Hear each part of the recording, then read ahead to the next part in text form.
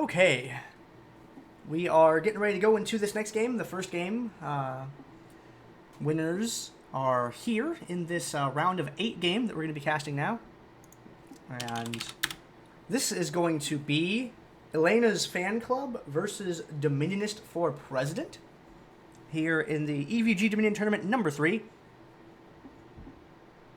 We're just getting ready to check from everyone, and there we go. Heading into the champ select screen here.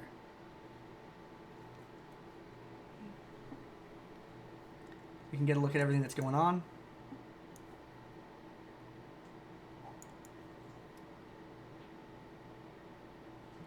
First ban is going to be Wukong.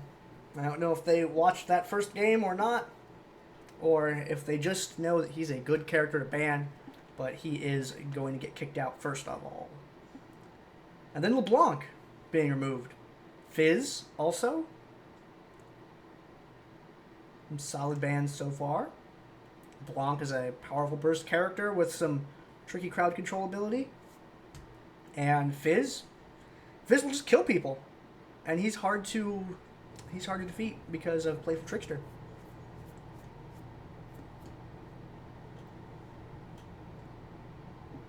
Let's see who the third ban is going to be. Jarvan the Fourth, an excellent ban. Urgot, also solid ban. Urgot, a very powerful character that we saw really ran the show in the bottom lane in the previous game. Now we're seeing Jarvan the 4 being picked for a ban as well, and he's a great tank and does damage. Seeing him and Urgot removed really changes things up. Who will be the 6th ban for this game. Also, a big thank you for everyone who came to check out the stream today.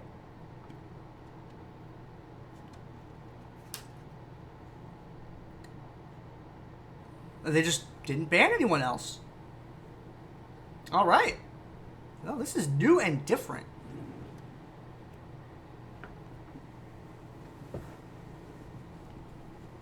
We'll see how things play out from here.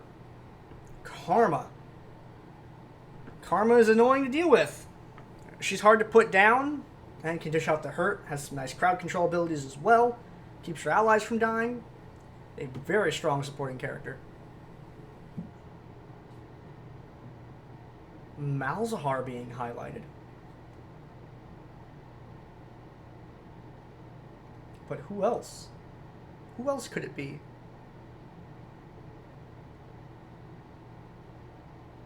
There are a lot of options. So many things on the table. One less ban than usual. Annie, once again, going to be deployed by their team.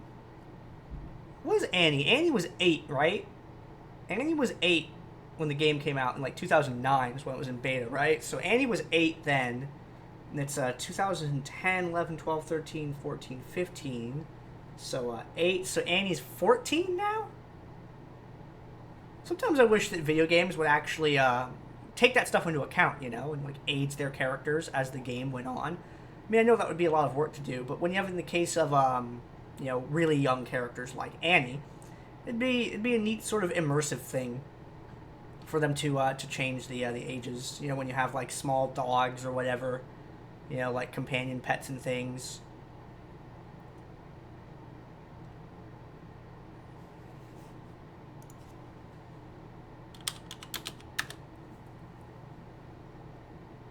But as said in the previous lobby, Annie is a good character. AoE damage, has a stun, and she's durable. Plus, Tibbers being remote controlled all over the point makes her able to delay the enemy team for a long time. And the more time you can waste, the better. Malzahar does a lot of area damage and has a solid lockdown. He's an excellent 1v1 character, but he tends to suffer if whoever he's targeting has backup. Good pusher down the bottom lane, can also be played up top lane for a lot of magic damage. Good at zoning people away from points and interrupting caps because of his Voidling and his Null Zone. On the other side, we're seeing Pantheon and Swain. Pantheon, powerful character, saw him used very well in the game previous to this in the round of 16. Has a stun, has a good map gap closer, and just all around an excellent pick. Seeing Swain picked as well. Swain is a character that we've seen only a little bit in competition. He tends to struggle with escapes. His damage is a little bit slow in addition to that. Can be powerful in the right hands, can be very durable in the right hands. But he's a character that really kind of has to trade off damage for durability. And it looks like we're going to see Ezreal Hecarim. Yes, those two are locked in. Ezreal, long-range character, great at interrupting, very safe to play, good solid pick all around. Hecarim. Hecarim's a character we don't see too often. He tends to be a little all-in-y, but his movement speed can usually carry him out of fights just fine. Does some damage, soaks a lot of damage. On the overall, I think there are better picks than Hecarim, but if you're good with Hecarim, go ahead and play him. Just remember that you don't have a built-in escape mechanic, and you have to sit and swing a little bit. You also don't have any crowd control to bring to the table. I think that's one of the things that makes Hecarim not picked as often. Yes, his ultimate has a crowd control effect. Whatever. But he's not bringing a stun to the table like Pantheon is. He's not bringing an airborne to the table like Jarvan the Fourth would. So, that's a little bit of a dent in his case for being picked. But he can also tend to be real freaking sustainy. And if you need someone that can soak some damage and roam real hard, Hecarim could be your guy. Seeing Riven. Riven is a powerfully disruptive character who's also pretty durable, can dish out a lot of hurt. She does tend to get kited into oblivion occasionally, but what are you going to do? It's Riven. She's going to spam shields. If you can get that down, you can kill her. If you can kite her with something like a Ezreal over there, perhaps, you can kill her. If you can keep Malzahar's Voidling on her for a while, she's probably going to leave. But if you get too close and have to deal with all of her crowd control, you're probably going to die real hard. Riven's a good pick, but suffers a little bit from kiting. Tends to live for a really long time. Maokai. Maokai is a powerful tank and has been one of, I'd say, the top 5 Dominion champions in the game forever. Lives for a long time, powerful sustain, good crowd control. And on top of that, Sapling is excellent for interrupting people on towers. So he has a good ranged interrupt that can interrupt multiple people and can be deployed, and it can sit there for a while and waste people's time. And wasting people's time is an important thing to do. You want to waste your opponent's time. Because when you're in control of 3 points, you want to delay to soak up as much damage as you can on the enemy's base. Maokai is an absolutely wonderful character for doing so. You throw out a Sapling, and you either A, have to take the damage, which you generally don't want to do, or B, you have to have someone kite it away, or C, you just have to get hit by it so you can start capturing. In which case, if it's been sitting there for a while, he's got another one in his pocket that he's just going to throw out and interrupt. So he really forces people to spread out on points, makes it difficult to cap against. He lives for a long time. Vengeful Maelstrom is amazing. He has a little bit of sustainability, getting health back. Arcane Smash and Twisted Advance for crowd control. Brings so many good things to the table, and can really just waste time, and that can be an important thing to do in this map. Last pick, Kassadin. Kassadin is a shadow of his former self. Kassadin once used to be so powerful. He either was picked and won the game, or banned outright immediately, and people usually erred on the side of banning because of how stupid he got. Significant changes were made to him over the years, and now he doesn't have as much going for him anymore. He does less damage, he does not bring that brutal silence anymore, and he does not get the jacked out attack speed anymore because it's been removed from Voidstone. So, unfortunately, Kassadin is not nearly as terrifying as he was previously. He's an okay character these days. If you're good at Kassadin, and you know how to position yourself, engage, yeah, he can do some damage, but he's lost a lot of his utility, and he's lost some of his burst in the process. It will be interesting to see how this post-adjustment Tassadar's the wrong character, Gandair. We'll see how this... I tried to not say that 7 times, by the way. It got me. We'll see how this post-rework Kassadin is going to hold up in this 2015 Dominion world. Looking at these two team comps, I see a couple of historically weak picks on Dominionist's side, that being Hecarim and Kassadin. However, we have seen really good players like Halfhearted and Wolfer use Kassadin or Hecarim, respectively, in games and do very well. But we haven't seen many players use them. We're seeing a Ghost on Hecarim, which Ghost is not very optimal of a spell on this map. It has its situational uses, yes, but there are generally better things to pick. Flash and Exhaust immediately come to mind. And if you have a particular plan, go for it. I feel like if we see a Mobility Boots Hecarim, I'm going to feel a little bit sad. Because while mobility is good, if you just put one dedicated backfielder on your team, Hecarim can't really play the back cap game, and is really sort of worrying about a front-loaded gimmick of, movement speed into other stats. If that happens, he's going to lose a lot of durability, because you could have a Ninja Tabby or something like that on instead. And a Ninja Tabby would help you out substantially with a Riven over on the other team. She likes to auto-attack people. Her auto-attacks kill people. We're going to head over to the loading screen now. In this round of 8 game here, EVG Dominion Tournament number 3, Elenas Fan Club versus Dominionist for President. Elenas Fan Club, we have Vordamu playing as Maokai, Brat playing as Karma, Master Dragon King playing as Swain, Lena playing as Riven, and Alana playing as Pantheon. On the right-hand side, having passed the round of 16, and now here in this round of 8 game, Dominionist for President. And their team, they have Kuryuka Hime playing as Ezreal, a Viet Dude playing as Malzahar, Riken playing as Annie, Thick Bonner playing as Hecarim, and Dominionist playing as Kassadin. I am one out of one of your commentators today. I am Gandair, and I'm casting by myself. Why? Well, High People's asked to cast, but then he went and decided to play in the tournament instead. And I was really excited to work with him. Hashtag blame High... No. Hashtag suck. % blame High Peoples. Because, man, I would really like to cast with that guy sometime. He does a good job. He's a very good analyst. But looks like it was not meant to be for this week. Ooh, look at that. Look at that. What is that? Caston's got some graphic thing going on. He looks a little different than he used to. Hecarim, get your butt out of the way. I want to look at the Void Saber. It's all sparkly and has a pattern. And little smoke clouds in it look kind of like cars. I can't seem to zoom in any further. And he still has a weird costume, and I don't know what it is, and no one's told me yet. You guys have hung me out to dry here. We're not going to look at it because I don't comprehend it. Battle Bunny Riven. Well, this is a team that you totally build Merc Treads against. I mean, looking at Karma, Mao, Swain, like, holy cow. Buy Merc Treads. You want that tenacity and MR against all of that they're bringing to the table. They have a lot of control going on, which can be good for Swain's somewhat slow damage. But it looks like they might be relying on Pantheon pretty heavily to clean things up. Especially if the team goes, the opposite team, if Dominionist team goes for a really solid MR thing. Sweetheart Annie, apparently, is named the skin. Thank you, Helo Pilot. Blue team has captured the refinery. Red team has captured the bomb. Boom! Spirit Fire to the face. Nice never move from Swain. Pretty good positioning. Only got one person on it, but that's a nice place to drop it at.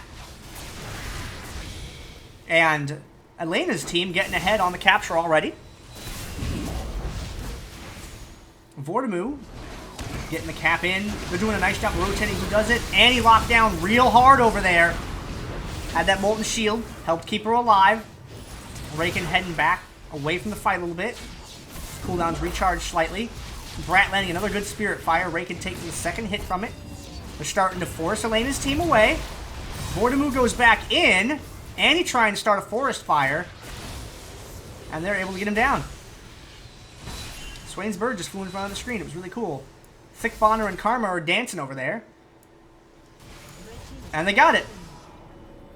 They got it. So top point is under control. They didn't all recall. Very important thing to note. If you're playing Dominion, don't have everyone on your team recall.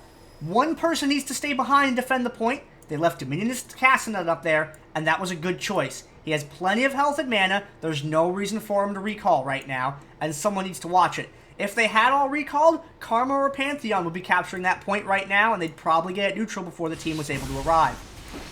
Good decision making from Dominionist team. Both teams fighting over the center relics now. This is something we don't see too often, but it is important. If you can secure your own relic and deny it from the enemy, that's power that you're going to have over them. And it looks like Pantheon is going to be able to secure that for his team, as you're a little bit too far away to be able to stop it from happening. Now, how will that affect the fight coming up here? Annie's hanging on to hers right now. He wants to get into a position. Pantheon wants to come in from behind, but he's been spotted by Hecarim. Hecarim's been spotting and doing a nice job of it. He's keeping Pantheon busy. And they're going to have a disagreement of sorts. Hecarim getting the worst end of the trade. He has not gone for a heavy move speed build yet. Ezreal only has so much gun they can deploy. Pantheon coming down. Nice snare into Pantheon drop. Ezreal going to get picked up. Very clean there. Hecarim dives into the fight, able to put out some hurt. Maokai goes down. Pantheon versus the world. Brat doing the best that he can to support, not able to save him. Dominionist is in danger of getting completely dead by Karma. Karma able to stop Hecarim because Hecarim is very vulnerable to kiting. She's able to drop that and get the snare. She should be able to get away pretty easily every time unless Hecarim wants to burn his ult. Charges in, does a little bit of damage. Nothing terribly consequential. And Brat's still alive. Oh dear, Pantheon coming from the back. I bet he's looking for Hecarim. Is that what he is doing? Yes, it is. Uses Hecarim as a jump target. Gets the spear shot on Ezreal. Nice pickup. Good awareness from Alana. And Thickboner going to be picked off after that. And we got a stack going on here. Ezreal doesn't have True Shot Barrage, so he can't do a Wake Up, interrupt the whole team. They're seeing some pings down here, or rather I'm seeing some pings down here. So let's point the camera over in this direction. We have Riven and Malzahar down here in the bottom. Let's put their builds up against each other. Flashing for the stun. They're really determined to get this. There's the Nether Grasp, 4-on-1. Very simple gank though. Leaves the drill wide open. There's no one recalling to go back to help Ezreal. Still no recalls. Still no recalls. Is anyone going back? Or are they going to all in this? They might really want this quest objective. It could be the whole purpose of them being down here. Getting the quest objectives does good things. Gives you a 10% damage bonus. But Maokai, as described earlier in the champ select lobby, powerful at defending a point. And he's going to force them away. Now, no one went for the early recall. They kept all 4 people down there. They only had Ezreal over here to defend. Ezreal was killed. Castan is back now. The point has become neutral. It looks like they're going to break away from it, but they're still going to be in a 3-capture position, which is fine for them. Yes, they didn't successfully capture the drill, but that's okay. They didn't lose the bottom or the top in the process. Looks like top actually just has gotten neutral by Hecarim. Doesn't get the full cap because Swain gets up there in time to defend it. Bottom point is going to get neutral. This may be the quest objective going the opposite direction. But no, they are pushed back away. Maelstrom's active. He's actually, Maokai actually using a... I didn't actually use a speed boost there. Where did you get that speed boost from? Oh, it's from Karma, that's right. Top part of the map. Alana, just determined to beat that dead horse. And is able to do so. Now this is a really bad fight for Kassadin because... bad things happen to good people when you try to fight a Kassadin.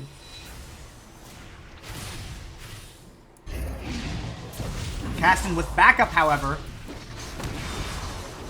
puts out all the damage he can. He knows he's not going to be able to escape. Pantheon can kill a Kassadin. Kassadin's much better against spell damage people. Oh, look at that. Look at that 3-person interrupt. Oh, didn't quite hit Cass. They stacked there, and that was almost real bad for him. But they were able to secure the top point. Kurayuki Hime is recalling. Also, hello, Rebel Drek. Nice to see you here. Didn't get a chance to say hello earlier. I was in the middle of monologuing or something. Uh-oh, the birds is activated! Swade has transformed. He's going to take that opportunity to capture the point. Long distance interrupt from Ezreal. Going to stop Swain. And Swain's going to turn around to join this fight now. Wants to go down, back up Karma. Transforms. Puts a little bit of damage there on Cass. Cass is going to Rift Walk out. A Maokai strain. Ooh, that snare was sick. Nice. snare into other snare combo between those two champions, Swain and Karma. 2 versus the world up here. Annie has a lot of AoE damage. I'd be scared if I were you, other team. Oh, the shield. That was just put up on Swain there. Lasted for just a second, but that's all they needed. Oh, the Vengeful Maelstrom that late. I don't think it will save you. Now it's on cooldown. You're going to go ahead and recall. Oh, dear. No. Tibbers, no. Small mistake there. Wasn't terribly consequential. When there's someone with a skill shot and you have an ally, put Tibbers between your enemy and your ally to block those skill shots. And Tibbers was not in a good position there. Malzahar got hit unnecessarily. Thankfully, that was not costly for them. They were still able to capture the point. Ooh, Secret Tibbers is spying on you. Hecarim goes in. Nice exchange for them. Great true shot barrage. Unfortunately, Hecarim is put down rather quickly there. Pantheon helping clean things up. He's still alive. Good support from Karma is keeping him in the fight. Kept him there for a long time. And a lot of that was largely in part due to Brat's Karma work. Riven roamed up from the bottom as if to get involved, or did she just go for the storm? She just went into the middle to assist for a moment. Oh dear, Karma, are you going to be okay? Yeah, you'll be fine. You have a shield and whatnot. Now will Kassadin be fine? Use the Rift Walk. Oh, Snare Stun combo. Kassadin deathly allergic to Chain Crowd Control. Chain Crowd Control. Repeatedly staggered and applied crowd control will wreck Kassadin. You have to have good timings for it, but it's handy. Twisted Advance in, gets in a good position for the Arcade Smash, cuts off Hecarim's retreat path. Nice chain of things there. Even had the Never Move set up in advance to be able to stop him had he retreated towards the bushes. Solid crowd control timing and positioning from Elena's team. Ezreal in a good position, able to contribute a lot of damage to this fight. Good true shot barrage. Thick Bonner going in. Ezreal doing a nice job of staying back. Aggressive arcade shift in. Could have been punished for that, but they didn't have the ability to do it at the time. Picks up the KB on Swain. Hecarim, you gotta be right here, buddy. Hecarim, this is where you need to be. Oh, man. I guess he didn't really have enough health to go for it. And Annie's snipping up Karma. Along with Kassadin here. Ezreal staying alive. Ezreal, are you gonna make it, buddy? I'm scared for your health, friend. He is. Pantheon comes down. Thick Bonner gets a free trip back to the Summoner platform. Pantheon versus the world. Can he DPS his way out of this paper bag? No, unfortunately. Karma coming back, throws down the Spirit Fire, puts some hurt on Riken. Karma versus the world.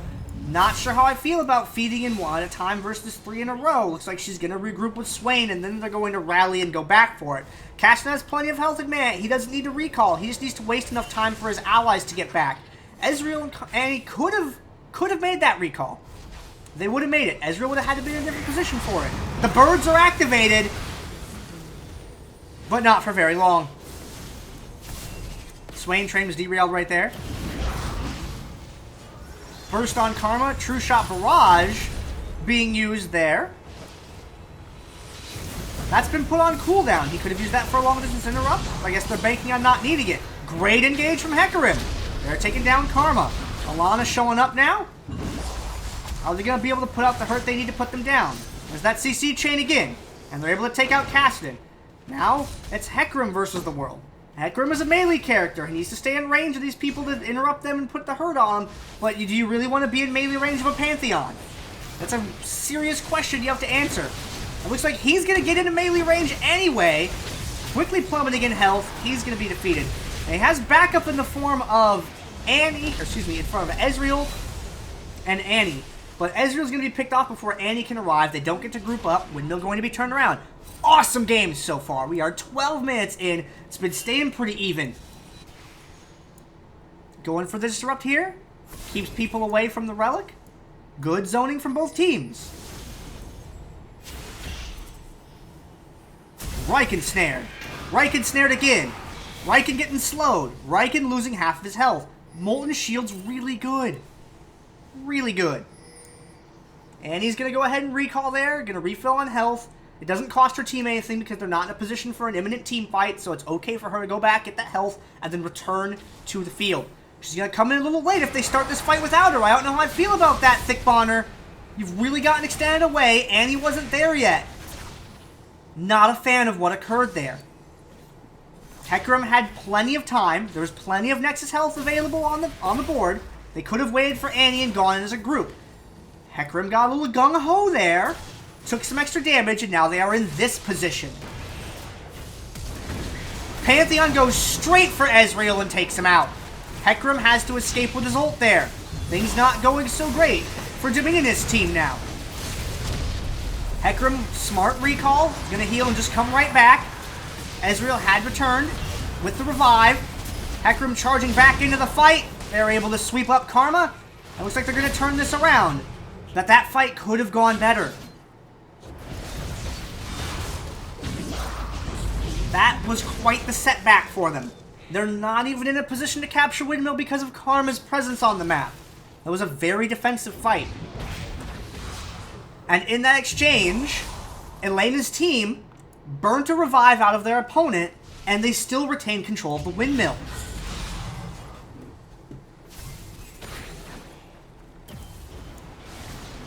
A little bit of zoning and things going on.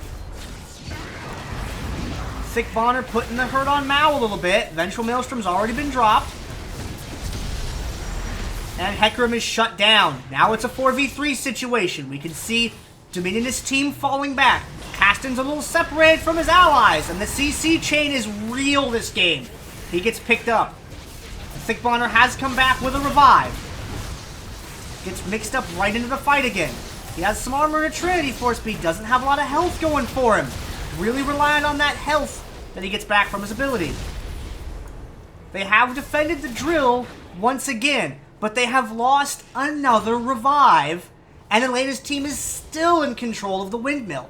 They really can't take much more pushing like that because they're going to start running out of options in the Summoner Spell and Revive department. There's going to be a breaking point here soon. That's picked up. They've secured the Storm Shield for their team. Bottom point stayed fairly static. Malzahar's been in control of it so far this game, but Riven really hasn't lost her point. There hasn't been too much bottom lane pressure. A good bottom lane supports the rest of the game. When things go bad in the bottom lane, it affects the top, and it brings the top down. Our two bottom lane players down there in this game, Aviat Dude and Lena, good credit to them for having been able to stay static and not need a lot of help. Pantheon dropping in on this. Maokai is going to survive for a little bit longer. And he's going to get out of the fight entirely. They piled it on Mao and they couldn't push him down. Now, Ezreal is able to escape. Dominionist is able to escape as well. They need to stay alive. Oh, Wind Slash! What? Remember that bottom lane that I was talking about? Both of them roamed up to get into that fight. Lena was able to get in there. Taking some damage from Mal's in the return. Mal's might get control of this. Alana coming down. You see that? Things going wrong in the bottom lane. Bring people down from the top. Alana gets successfully 1v1 by Malzahar. But it buys enough time for the ally to get there. This means that they did not have the ability to push further. Man, they dumped so much firepower onto Maokai. Ooh, Brat. Brat getting caught napping there. Hecarim. Oh, did Hecarim know? Okay. Thought Hecarim was going to die for that. Now, big shift to the bottom lane. A weakness developed in the bottom lane. They happen to have people in this area. Looks like they're pushing that advantage while they have it. Maokai's presence here is probably going to change things around for the worse for Dominionists. Elena's team going to be firmly in control at this point.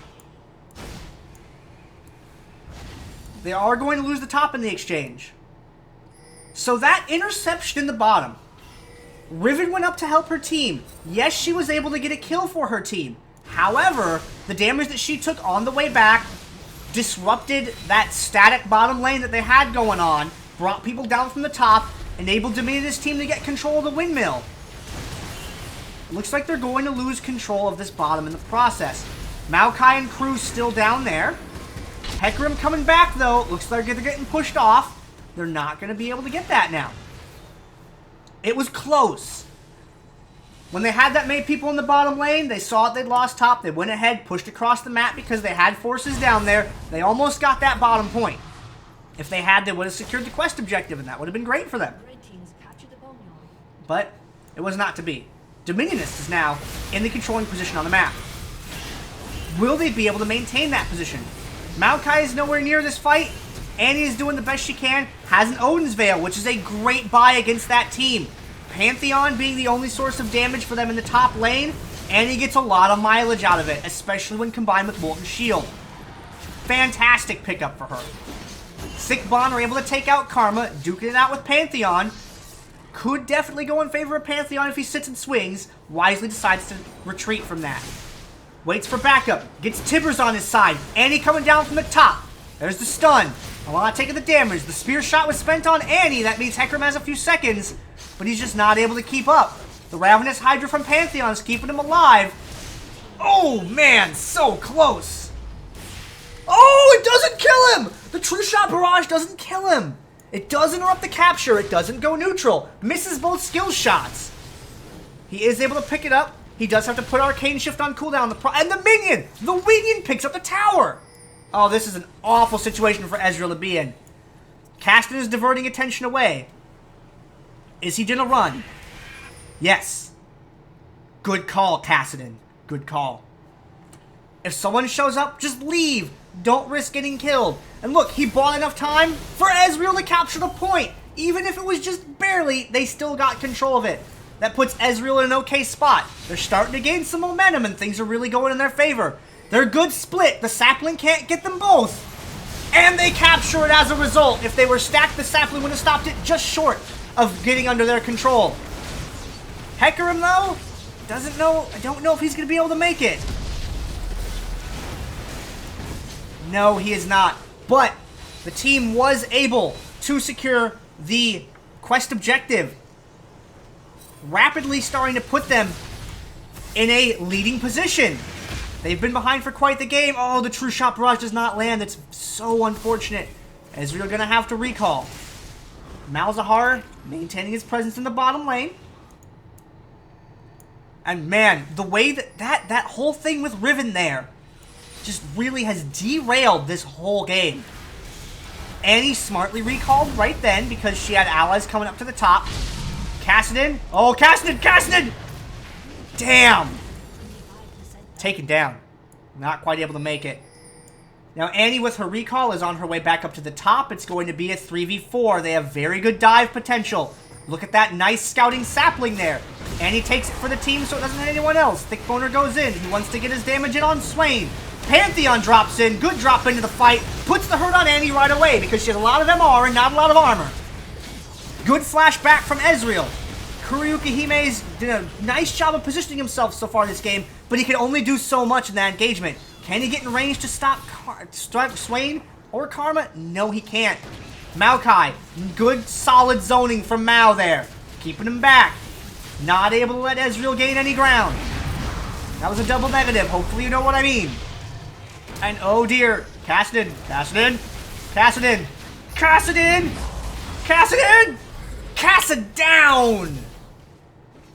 He was not able to finish off Maokai. That means Maokai is going to get a recall, and he's going to be able to come back at full health and mana. We're starting to get to the 100 Nexus health mark for both teams. And this is where it starts to get icky. This is where you can't afford to take that time to regroup once you start getting down below 100. The bottom lane has started to become a little static again, but it looks like somewhere along the line, Malzahar has gained the edge up on Riven. You can see him there. He has Pen for days with that Void Staff and Abyssal Scepter. And Riven doesn't have any... No, she does have some MR in the form of Maw and a Quicksilver Sash. That Quicksilver Sash really going to help against the Suppress effect. Oh, Maokai coming down for the gank. They want some of that Malzahar. Good Wooglets. Will it be enough, though? No, it won't. Hecarim is going down to break the Boneyard. No, it looks like Hecarim and Annie are both actually heading back up to the top part of the map. They're going to turn Sway from capturing the drill, but they didn't leave anyone down on the bottom. Hecarim and Annie both turned around. Malzahar is forced to use Revive that he really didn't need to use there if they would have split someone else off to do it. That could come back to hurt them. Master Dragon King and Swain. Low on health. Thick Bonner once again getting in the mix. A little bit more health than he used to. Just has that Triforce, has some MR and armor, so he's doing a little bit more durability than he had previously in the game. Nice dogpile here. Looks like they're going to Pac-Man their way through the enemy team. No one in position to threaten the windmills, so they're okay to chase Karma. And are they going to be able to clean up the map? Caston, the greed is a deadly sin for a reason, friend. That death thankfully doesn't hurt them, but doesn't help them either. They're able to secure the Storm Shield for their team. Malzahar able to get back down to the bottom. Map very neutral. Game very close. This is so sick today. Let's see how things continue to go here. Hecarim hanging around the top part of the map. Hecarim with a Storm Shield has some nice burst potential, but where's the enemy team? They don't have any vision on him yet. Pantheon coming down. This is the end of days for Malzahar. How are they going to respond? There's no one split off to threaten the windmill. This is going to be a full 5-on-5 down the bottom. Hecarim dashes in, puts the hurt on Riven right away to drive her out of the fight. Turns his attention towards other people once she gets chased away what he felt was sufficient. Lena goes down. Alana Pantheon goes down. 2-on-2 down in the bottom. Master Dragon King gets picked up also. Riken coming back with the revive. Are they going to be able to take down Maokai now? Looks like signs point to yes. Maokai. That's ace and a second ace. That is the second time they have swept the map in a row. The minions may get control of the point up at the top. Malzahar is on his way up there, which means he's not going to be in the bottom lane, but he's the closest one to be able to capture that. Clock stopped right now, 37 to 85 points. There's that percent hype symbol in the chat. Thank you, Moloko Dude, for posting that. They're going to get this top point back, maybe. Are we going to see a Grand Skyfall here? No, it is on cooldown. Pantheon can't sweep in and interrupt this. 2 people down on the bottom to stop Riven. They're going to get control of this point just fine. Malzahar can't afford to recall now because there's going to be a fight up at the top. So he has to stay and deal with this. Now, I really want to see him get that suppressant on Pantheon, and he lands it. They can't capitalize on it, unfortunately. Pantheon dives through. Good Wooglet. It's going to buy Malzahar some time. True Shot Barrage comes up from the bottom. And Malzahar doing the best he can. Alana gets saved by Karma, and Pantheon is still alive. Brutal fight up here at the top. Dominionist is getting tangled up with Maokai. Ezreal got a good interrupt on Swain during all that to stop the point from being neutral. If Caston can keep Maokai busy, then yes, Ezreal is able to take down Swain. Now, is he going to go for Mal's here? Are they going to be able to pull it off? This could be one combo away from death for Ezreal, but is this going to be yet another team fight sweep? Oh dear, Ezreal got comboed, unfortunately. He is dead. And things aren't looking so great for Caston either. He really wants to waste time up here. Is he going to be able to pull this off? I don't think so. Caston has mana, but Maokai does not. Pantheon coming down. Oh no, is Thickboner going to get picked up here? It doesn't matter. They wasted enough time. And Dominionist team wins. That delay, the amount of time that Caston was able to waste, succeeded in bringing them home the game. Man, that was awesome. Well, let's do some more of this. We're going to watch Dominionist in the round of 4 game. Coming up, they're making it into the semifinals. Sweet. Let's see how that plays out. Coming up here. And remember, guys, Wolfer didn't want me to cast these games. Wolfer, there's a reason that I'm casting, man. I know what I'm doing. No offense to you, man, but I saw the future. I saw that future. Look at Pantheon here with 23 kills. Take a look at that. 23 kills. Let's, come on, load here. There we go. 23 kills. That's almost 1 kill a minute. Brutal. And they were able to turn that around. They were able to stop that Pantheon. Damn. Caston at the end there, being a champ, delaying that Maokai, making sure that point did not go neutral. Excellent. Game was sick. We're going to take a little break here for a moment. We're going to go get the next game for you. We're going to bring that to you real shortly, man. Dominionist for president. They're the team to watch this tournament.